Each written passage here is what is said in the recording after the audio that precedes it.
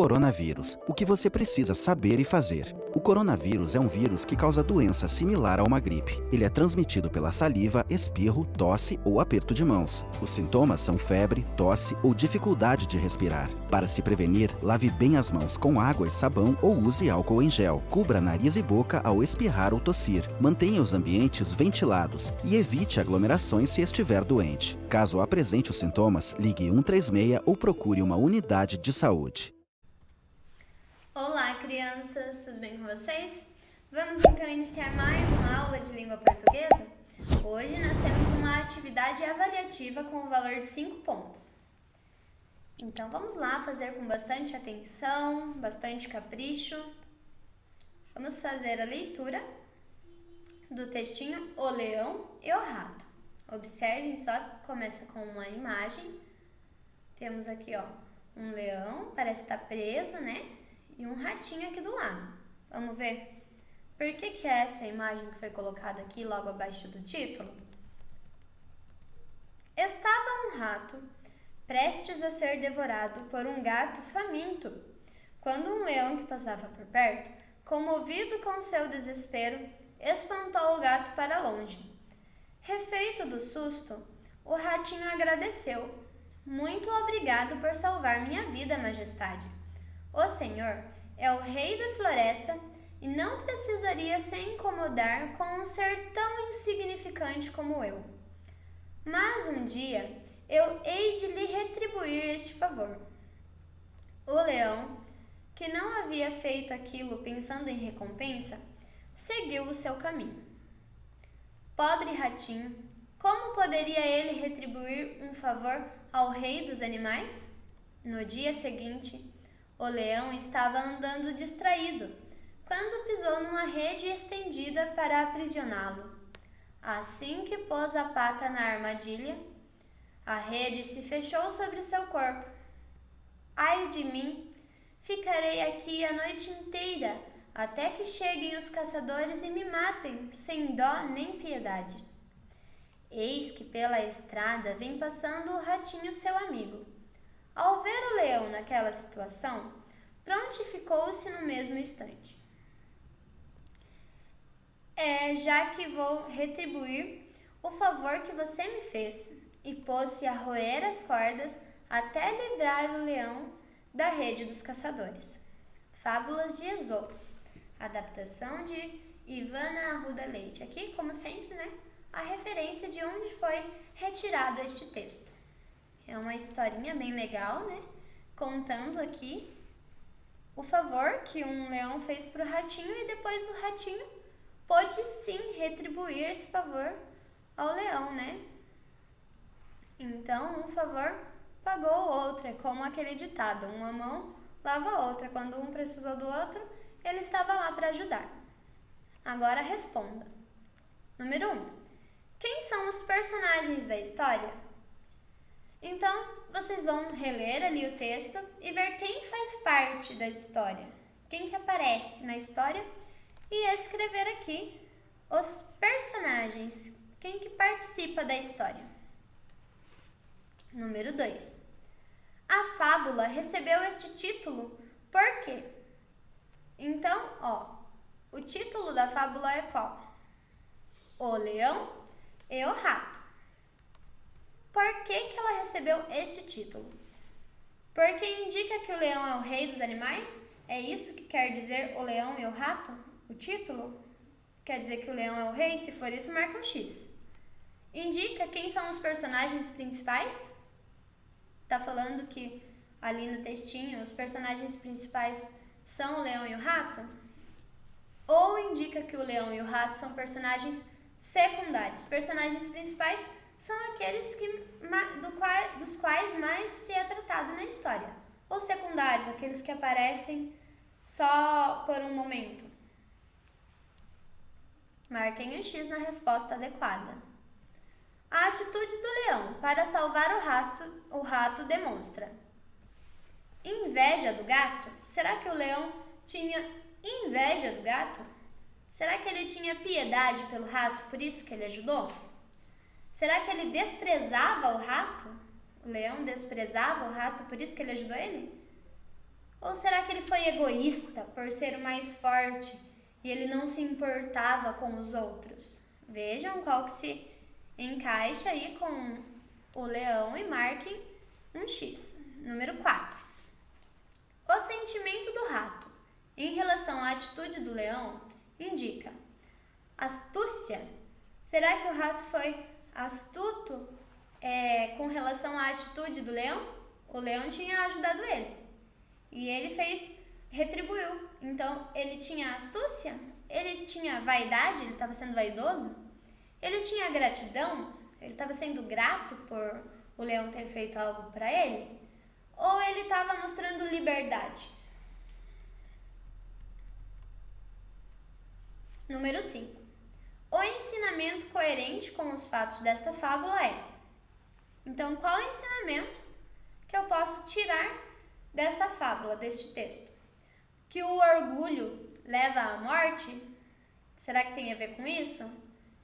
Ou será que o ensinamento que traz é melhor confiar desconfiando?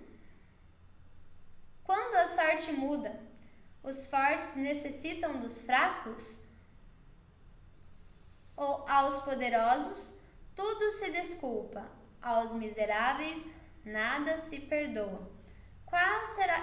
Qual dessas frases que faz mais sentido com a história que a gente acabou de ler? A história está falando de orgulho e de morte? Fala sobre confiança? Sobre que que não é bom a gente confiar muito? Será que está falando isso? Será que está falando assim que quando uma pessoa ela tá com pouca sorte, até aquele que é mais forte precisa de ajuda daquele que é mais fraco? Ou será que está falando que nos poderosos, que para as pessoas mais fortes, para os mais poderosos, tudo se desculpa, e para os mais fracos, que nada se perdoa? O que será que faz mais sentido de acordo com a história? Número 6. O trecho.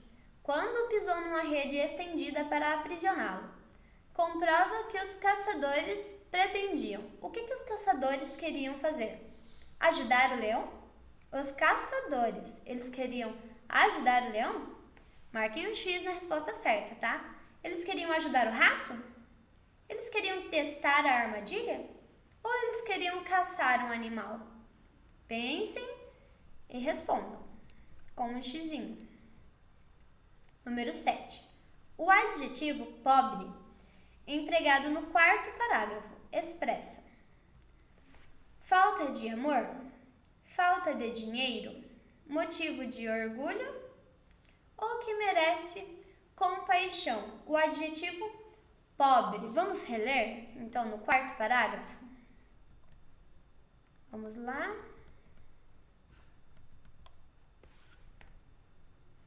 Pobre ratinho, como poderia ele retribuir um favor ao rei dos animais? Pobre ratinho. Então, aí a palavrinha pobre é a característica do ratinho, né? A forma com que falam dele. Essa palavrinha, ela está expressando o quê? Falta de amor? Falta de dinheiro? Motivo de orgulho? Ou que ele merece compaixão? Pensem bem, pobre ratinho, como que ele iria ajudar alguém tão forte como o leão? O que será que está querendo dizer? Que ele precisava de ajuda, que ele não tinha dinheiro nenhum, que ele não tinha amor, ou que ele tinha motivo de muito orgulho? Número 8. No texto, a palavra que significa próximo de acontecer é prestes. Eu quero saber o que significa a mesma coisa que eu falar que está próximo de acontecer, é eu falar que está prestes a acontecer? É eu falar que está comovido? É eu falar sobre retribuir? Ou sobre que prontificou-se? Qual dessas 4 que faz sentido e diz a mesma coisa que falar que está próximo de acontecer? Marquem um X. Número 9. Releia o texto onde a fala do leão preso na armadilha confirma o sentimento de. Então, vocês vão reler o texto, perceber onde está a fala do leão enquanto ele está preso na armadilha e vão entender o que ele estava sentindo naquele momento. Era falta de esperança em ser salvo? Se for isso, marca um X. Ele se sentiu surpreso com a atitude dos caçadores? Ele ficou surpreso por ter uma rede lá? Marca um X se for isso. Ele teve esperança de chegar um amigo e salvar, de acordo com a fala, tá bom? Ou ele teve certeza de que ia livrar-se sozinho da armadilha? O que ele falou deu a entender o quê? Que ele estava se sentindo de que maneira? Marca um X na alternativa correta, só tem uma que está correta. E número 10, qual é a pontuação usada quando as personagens falam? Copie uma fala do ratinho. Tem um sinalzinho de pontuação sempre no começo das falas dos personagens. Coloquem esse sinalzinho aí no número 10, escrevam o nome dele e copie uma fala do ratinho. Identifique no texto uma fala do ratinho e copie ela aí com o sinal de pontuação, tá? E essa foi a nossa aula hoje. Eu espero que vocês tenham entendido. Qualquer dúvida, pergunta para a professora da sua turma. Tchau, tchau!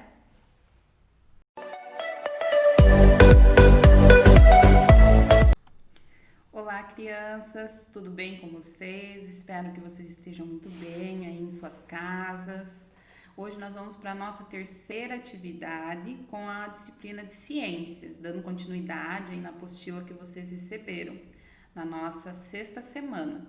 Então hoje nós vamos conversar um pouquinho sobre as transformações da matéria. Na aula anterior a gente aprendeu um pouquinho lá sobre as misturas, homogênea, heterogênea, a consistência delas, a diferença, né? Como são feitas as misturas. Entendemos as fases, né? Compreendemos ali como elas são, como acontecem. E hoje a gente vai ver um pouquinho sobre as transformações da matéria, que é uma continuidade da aula anterior, tá? E vamos aprender aí outras coisas novas. Então vamos lá. Transformações da matéria. Catação, peneiração e filtração são alguns métodos utilizados para separar componentes de uma mistura. Há casos em que a separação é fácil, mas em outros pode ser bem difícil. Imagine que você está ajudando a preparar um bolo e, por engano, você misturou o amendoim picado à farinha de trigo. Para fazer o bolo conforme a receita, o amendoim precisa ser retirado. Então tem a imagem aí para vocês observarem do amendoim, né? E que ele foi misturado na farinha de trigo. Agora vamos pensar, né? Temos ali como se fosse uma atividade, a número 1 ali para vocês já responderem, marcarem um X. Pode-se usar algum método para a separação da farinha do amendoim? O que será que a gente poderia fazer para separar o amendoim da farinha de trigo? Será que teria como? Vocês vão responder aí para a professora. Pensem um pouquinho, né? Vocês sabem que o amendoim, ele está ali, né? Ele é em grão, ali ele está maior do que a farinha de trigo. Agora embaixo ali está perguntando assim: é fácil separar os ingredientes dessas misturas? Observe a imagem a seguir. A imagem a seguir está propondo o quê? A peneiração, como a professora já leu aqui em cima, ó. Sobre catação, peneiração e filtração, que são alguns métodos utilizados para separar alguns componentes de uma mistura, certo? Então, aqui foi usada a peneiração, né? Foi passada essa farinha junto com o amendoim e foi peneirado. Conseguiu separar o amendoim da farinha de trigo? Conseguiu, né? Por quê? Porque a farinha de trigo ali, ela tá em outro, né? Ela tem outra textura que passou pela peneira. E como o amendoim ele está em grãos maiores, ele ficou. Então a farinha desceu, né? Conseguiu separar e os grãos do amendoim ficaram por cima. Então conseguiu fazer essa separação. Nesse caso foi fácil, né? Nesse caso aí. Então vamos aqui pro caso 2. E se ao invés de amendoim fosse o sal que tivesse sido acrescentado a essa farinha de trigo? Seria fácil fazer a separação desses ingredientes? Como vocês sabem lá nas misturas, né? Se eu colocar o sal, ele vai se misturar com a farinha. Então, eles vão ter a mesma textura. Será que quando eu passar eles pela peneira, eu vou conseguir separar o sal da farinha de trigo?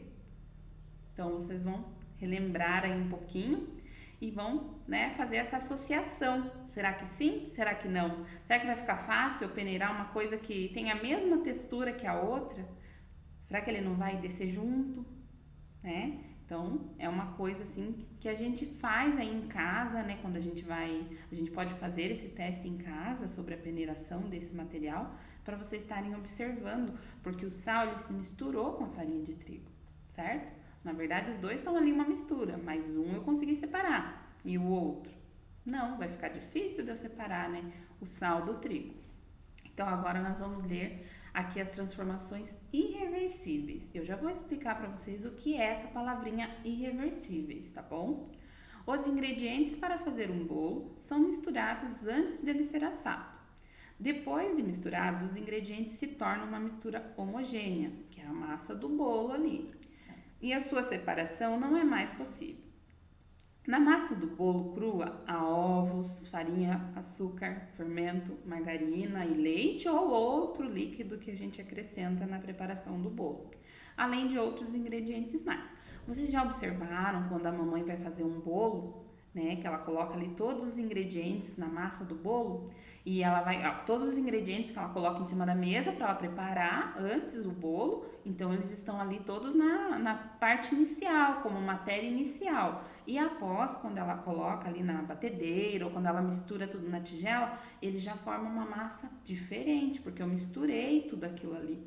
Então vamos entender um pouquinho. Observem a imagem aqui da próxima página. Temos aqui os ingredientes, né, os possíveis ingredientes, no caso que foi utilizado para fazer esse bolo da figura, né, que é esse aqui. E vocês observam que tem o açúcar, o leite, a farinha, os ovos, o fermento e a margarina, cada um ali como matéria inicial, né, sem ter alguma transformação. E já na segunda imagem ao lado é a massa do bolo misturada, né? Já foi misturado todos os ingredientes. Então, eu vou ler aqui o texto. Mesmo que não seja possível separar os ingredientes da massa do bolo, eles continuam sendo farinha, açúcar, fermento, leite, ovos e a margarina. Por quê? Porque foi esse material que eu usei para fazer essa massa, certo? Então, contém ali naquela massa. Depois que a massa vai para o forno, ela se transforma em bolo e os ingredientes se transformam em outro novo material. Então, aqui agora a gente já vai conhecer esse processo de transformação. Eu tinha essa massa líquida, né? Homogênea, lembrando que a massa do bolo ela é homogênea. Por que ela é homogênea? Porque ela misturou todos os ingredientes. Não tem nenhum ingrediente ali que eu tô vendo ali por fora, né? É diferente ali, uma textura diferente. Nessa massa, nesse caso dessa massa da imagem, ela é uma mistura homogênea, eu consegui misturar todos os ingredientes ali, né, para poder fazer o meu bolo. Então, eu tenho aqui o desenho, aqui a imagem para vocês, da massa do bolo, né, na forma, e ela já assada. O que a gente consegue observar aqui nessa imagem?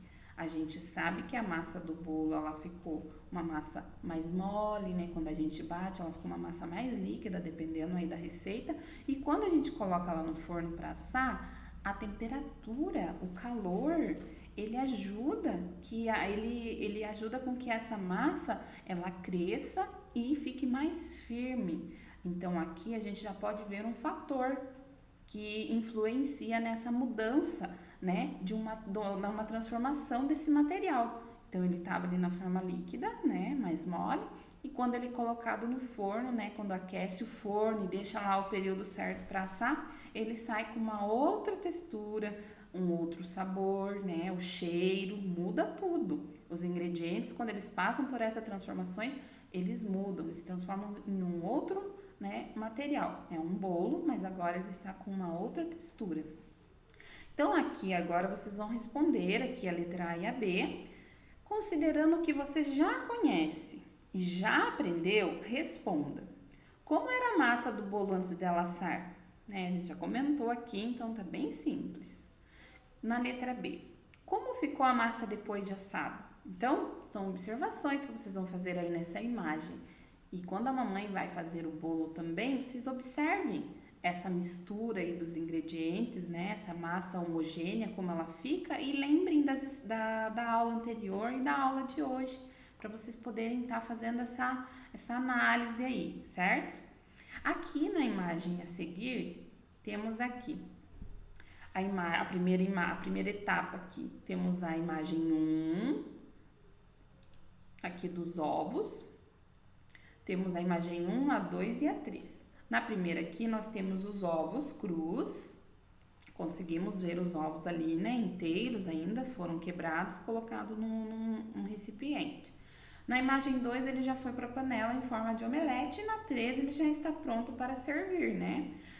O que a gente já consegue observar nessas imagens? Será que houve uma transformação? Será que o mesmo ovo que está aqui na imagem 1, ele consegue, esse aqui, ele é o mesmo desse aqui? Será que não houve uma transformação? Será que a textura é a mesma? Será que o cheiro, o modo com que ele aparece aqui na imagem 3 é a mesma coisa? Então, vamos observar. Aqui na outra imagem 1, que tem logo abaixo aqui, que é o exemplo da folha, uma folha de papel. Então, aqui, o que aconteceu? Ó? Temos aqui uma folha amassada, né? Olha, folha amassada aqui nessa primeira. Depois, ela começou a ser queimada. E aqui na última, né? Que ela já está totalmente queimada. No que será que ela se transformou, essa folha? Então, aqui também houve uma transformação. Essas transformações aqui que vocês podem ver nessa imagem, no caso, nessas imagens aqui do ovo e do papel, elas aconteceram devido ao calor, né? No caso, o ovo, para ele ficar na textura que ele ficou ali na imagem 3, ele foi, né, para a panela. Então, ele sofreu ali essa alteração devido ao calor do fogo. E na imagem ali da folha, a mesma coisa. Foi o calor do fogo que aconteceu a transformação na imagem 3. Então, essa transformação ela foi devido ao calor, tá bom? Então, vamos aqui continuando. Aqui nós temos umas atividades avaliativas, né? Já para fazer a somatória aí das nossas notas. Então, vamos lá. Na número 1, quais as características dos ovos lá na imagem 1? Nessa imagem anterior aqui, nessa imagem 1 aqui, ó. Qual que é a característica? Como que eles estão aparecendo aqui na imagem? Aqui na pergunta número 2, como que ficou a omelete pronta lá na imagem 3? Qual que é a textura? Como que ela ficou? Como que vocês observaram? Como que ela ficou? Será que ela ficou mais mole? Ficou mais firminha? Será que ela virou uma mistura homogênea ou não? Vocês vão responder aí com as palavrinhas de vocês. Na número 3, como que ficou o papel depois de queimado? Né? Vocês viram a folha amassada lá na imagem 1, na imagem 2 o processo, né, que estava acontecendo, e na imagem 3, o que será que virou aquela folha? No que será que ela se transformou? Será que ela continuou sendo uma folha? Certo? Agora aqui, observe que os ovos batidos e o papel amassado não permaneceram iguais depois do cozimento e da queima. Nos dois casos ocorreram as transformações irreversíveis. Então, aqui a gente pôde ver essa transformação irreversível. Agora eu vou explicar para vocês o que é essa transformação irreversível. É algo que não pode ser revertido, ele não pode voltar mais à sua condição inicial, como matéria inicial. Depois que ele passa por uma transformação, ele não consegue voltar mais à sua fase inicial, que é o caso dos ovos, né? Que a gente explicou ali. Eles estão, né, crus, e quando eu bato ele, preparo a omelete, ele já vira uma mistura homogênea. Eu não consigo separar mais eles como eles estavam lá na primeira imagem. E se eu levar ele ao fogo, ocorre outra transformação. Ele já vai ter outra textura, outro sabor, certo? Então, é irreversível. Não tem como eu preparar ele e depois querer voltar ele lá para o início novamente. Não tem como eu fazer isso, né? Então, aqui embaixo eu tenho outros exemplos para vocês de transformações irreversíveis. Muitas outras transformações são irreversíveis. A queima de combustível, o apodrecimento dos alimentos, a transformação dos alimentos dentro do nosso corpo e entre outras mais. Toda vez que um material sofre uma modificação que altera suas propriedades, ele está sofrendo uma transformação química. Então, aqui a gente já vai imaginar, né, como que acontece. Temos aqui o apodrecimento, né, de uma fruta, que é a maçã, né? Ela tá aparecendo aqui na primeira imagem. Ela está um fruto normal, né, maduro. E aqui, nessa outra parte, ela já apodreceu. Será que eu consigo fazer essa imagem que está podre aqui voltar a ser como ela era antes? Não consigo, né? Então, essa é uma transformação irreversível. Não tem mais como eu fazer isso. Aqui, ó, nessa outra imagem, eu tenho o ferro, né? Eu tenho um ferro, né? Parece aqui que é uma corrente, né? Nessa imagem. E ele está todo enferrujado.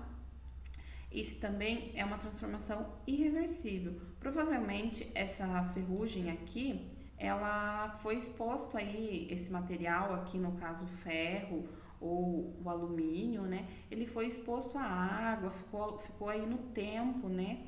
E daí, por causa disso, aconteceu a oxidação e acabou enferrujando. Então, não volta mais, não tem como ele voltar ao que ele era antes. Então, a ferrugem é uma transformação irreversível, certo? E aqui embaixo eu tenho um prato de alimentos, né? Tem essa imagem aqui, ó, que é um prato de alimentos que a gente vê aí no nosso dia a dia, na nossa casa, o alimento que comemos, né? Então, o cozimento, ele altera a propriedade dos alimentos, portanto, também é uma transformação irreversível.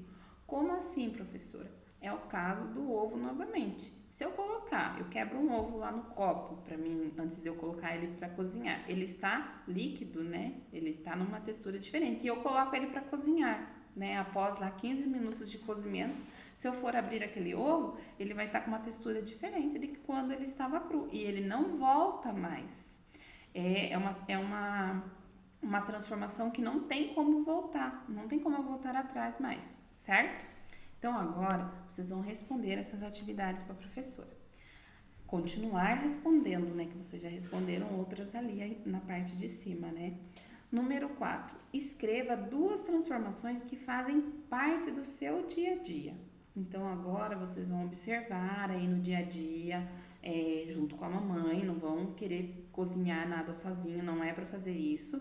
Vocês vão observar no dia a dia de vocês, o dia que a mamãe for fazer um bolo, for fazer uma mistura, vocês vão observar, né, alguma transformação que seja irreversível aí no dia a dia de vocês e vão colocar para a professora aí. Pode ser o cozimento de um alimento, a preparação de um bolo, ou até mesmo de um material, como aconteceu ali o da ferrugem, se vocês tiverem alguma coisa que vocês perceberam, né, que não tem como voltar mais, e vocês vão descrever aí, certo?